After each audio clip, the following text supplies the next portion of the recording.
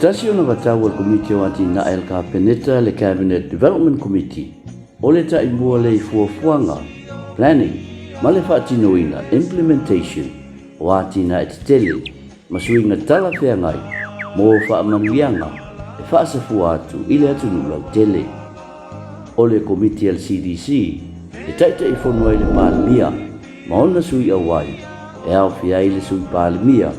minista o le Kapeneta o ofisasili CEOs o ofisa sili langolango ACEO o ofisasilia principal officers mai tutino mtagaluega uma a le malo Samoa o le CDC o le fatu le o atina i tele uma a le malo ua tino mai pe o loo faagasolo i le taimi nei o le latou manu lauti o le tapenaina lea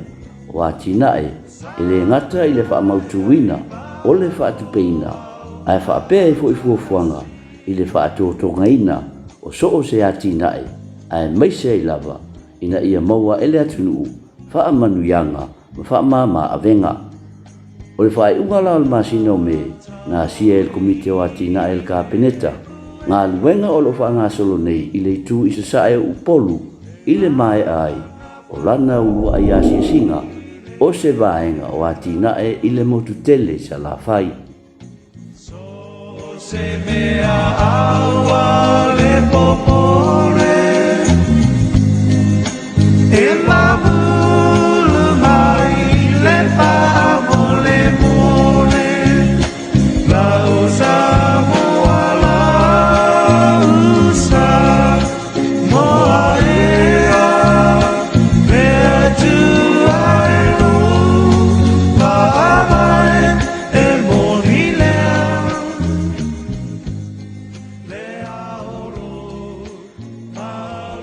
o afu lilo o loo aosia ai le eletise mai le suavai po le Hydro Electric Station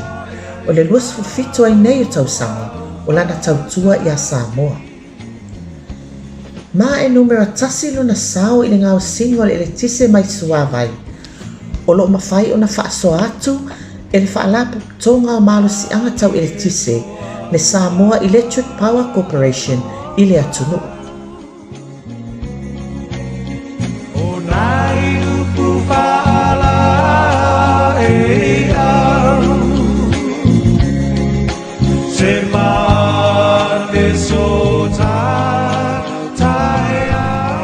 Patanuan nei Afurilo o lo faputu e tātou suavai ia mole ngau singa o le tise tātou whale tise lalo i le ia whioanga o tātwhanga so o tātwhanga o lai o i le sipito le monga le tūtamutau ia o nei o le whatanoa mo si le fia na o le lua ai a tātou whatanoa a whiwai e mo whatanoa o le Afurilo nei ia whatase fo i man le tātou whatanoa po le tēmo lo tamwhai o i Furasou. Ia o i whai nesi fuafuanga e whai nesi a tātou ati na e whatanoa i alawa. Ia e pei ona a whangasolo teimi nei. Ia o le te leo le whatanoa nei e se furu miliona cubic meters. E mawhai ona whaputu i le tātou whatanoa i nei. O le awhainga atoa le ele nei e ke atrensu a vai e iwa se lau eka. Ia o le itu i taumatau o whatanoa.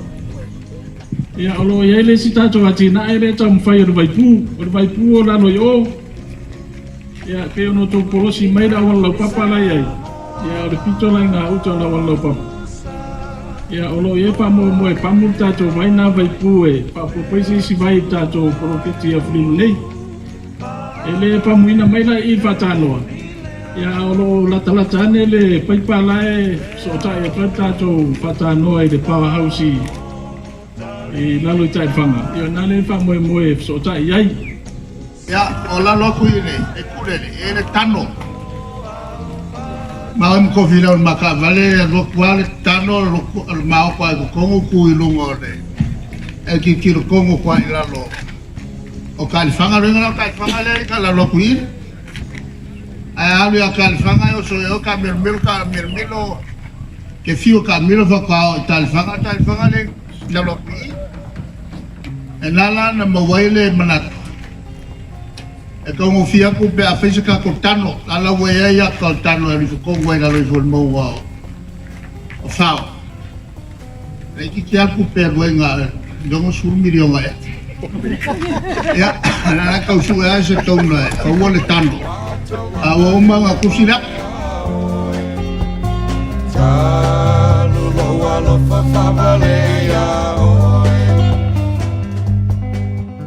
O Samoa o se tasi lea o lua ia tunuu i totonu o le Pasifika, ua maua nei le ele tise mai ave o matangi, tanu mai le tausanga e lua afe sifurfaa. Lea na tatala aloa i ai nei ili titele, i lona nofoanga tu totonu i ale ipata. O le ati na eina o Renewable Energy, po o malo si anga faafowina, o se tasi lea o vainga mamao le malo i le lumanai, ina ia mawhai o na tali atu i mana onga o le atunuu. O na o le moli mawina pea, o le whaatupula ia o le whainu mera o tangata. Whaapea ma le whaopopoina o pisinisi maainga e mana o mia le ele tise i le lumanai. E le ngata i lea, o le whaititia lea o tupi whaalu, i le whaatawina o le suau o diesel, lea e pū lea e atunuu mai fafu. O le fuafuanga ua iai nei, e mai a ifo le tausanga e lua afe lua sfutasi, o le ale to e wha moe moe le atunuu i le suau, e ngao sia mai le diesel, ai suia i le ele tise mai le suavai, ala o matangi, ma ave o le langa.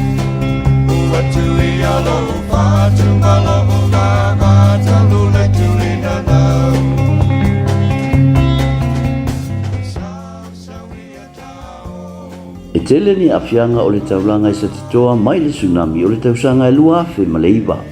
Ai le o whaavai vai ai le malo, mai le whaawau pea, o na atina eina le wafu, lea ua iai mano fuanga, e tusoina i waa, mo le whaalelea pole slip way.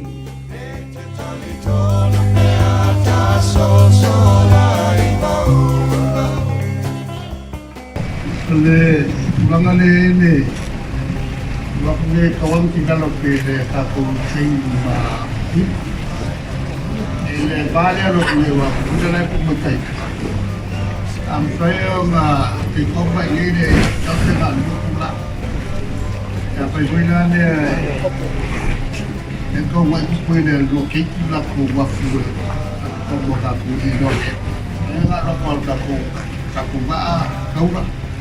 poi di mai lo miro lo ka miro fu le fatto di sicuro l'hanno pagare o e compagno le miaie the reality of life el kai ni qua sa ka ko kai ni o le ko riba closest points of travel ana bueno por la le fai le wafu le a sa ma masih oleh sila percaya yang sila sekali ya mai baik ya boleh waktu ni relocation luar lele tu baru mau mai malu sekali le awal saudi apa lokal le ala pak kau sa umane logo ngen mene punya nggak yang apa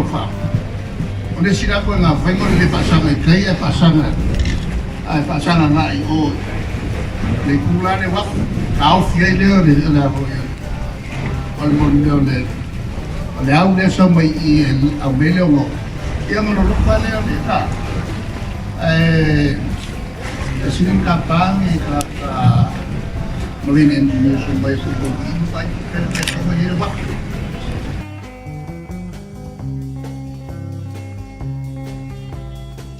E ui nei lui tau, ae o lo tūmau pēr le tō whaal malo, o le wafu sa titoa, o se tasi leo la sanga, o le asi iti ai, le tamao ai ngō le atunu, ae maise ei a inga ia le pata, e au ala mai le ia manoa whainga ruenga fōu, pa pēr i matupe, mai i whiwhata wa inga mawhamalanga inga, i le wāo Samoa, Amerika Samoa, ma tunu tua oi o le Pasifika.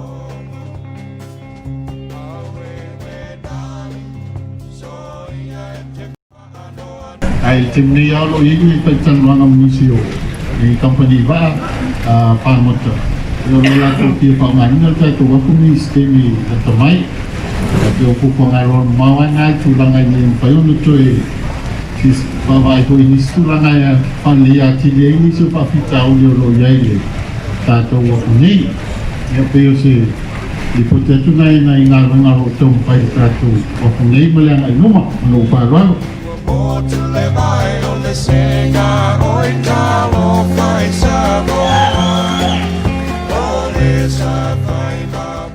O Novema o le tausaga ua mavai na amatai le galuega o le malai vaalele faavao malo i tiavea o le vaaiga mamao pe a taunuu lau o le faamoemoe i le masina o februari o le tausaga asau o le a faaaogāina ai le malai vaalele i tiavea e le gata mo femalagaina i le vao Samoa e lua ai faapea foʻi matunuu tuaʻui o le pasifika e pei ona iai le fuafuaga le malo i le taulaga i satitoa e lauga tutusa lelei lava ma le malae vaalele i tiavea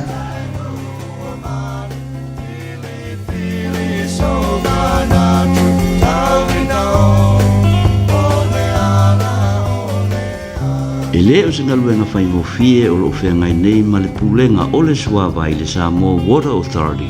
mo le tali atu i manaʻoga o le atunuu atoa mo le suava i mamao mo upolu i se saʻi o loo faagasolo galuega i le saʻilia o le suava i mai vaipuna pei ona moli mauina i galuega o loo faagasolo nei e le pulega o le suava i sale aumua o sale apagauta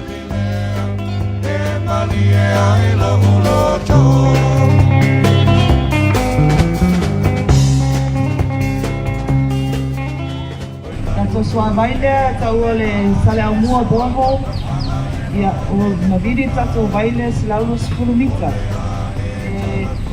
ko iai le tane vai lea pausia ai ia ma tato laina a paipa 250 cubic meters le te reo tato tane vai o le tato laina a paipa e wa uma whatatia ia e awa i tai o i tia tele no tupu e malaila ma i se vaenga o sa musu se le titia se vaenga ki whaua ua i a maile ia e tausanga sunutanga venga o tupe a lava mai se aleni se i pāu tato vaile i a maile sa musu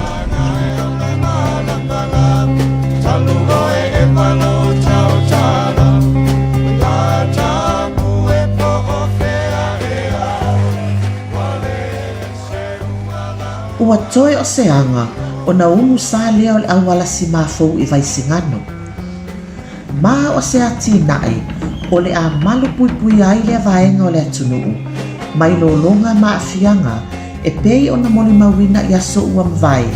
ona o le mamafa o timuga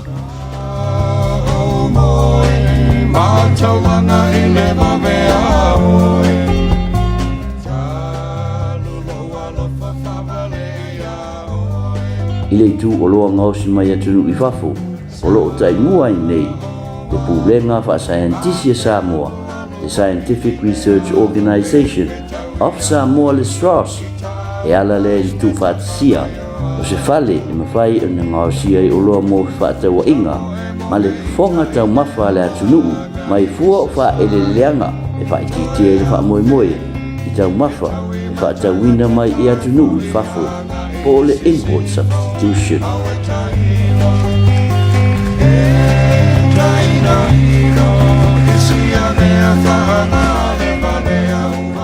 O le tulaʻi mai foʻi o le faamaʻi pesi o le COVID-19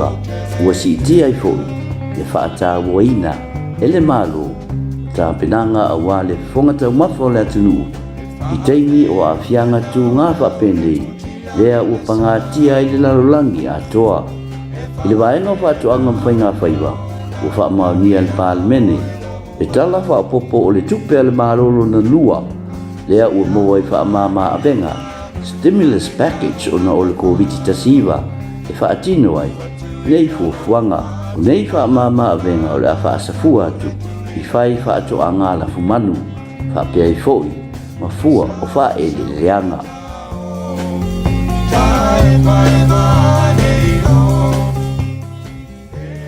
wanga solo fo i le ngā luenga tele o le toe whaafowina o le awala le main road e anga i atu i le malai wa lele i whaleolo lea ua pasia whenga i le taimi nei i le tu i sisifo u polu ai mo le awala le main road i le tu i sisae u polu o lo iai se wha moe moe e a mata i le tausanga nei le anga luenga e a mata atu i vai lele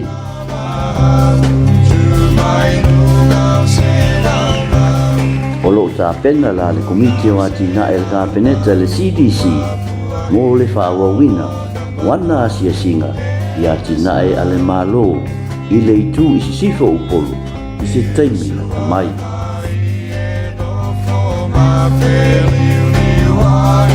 Se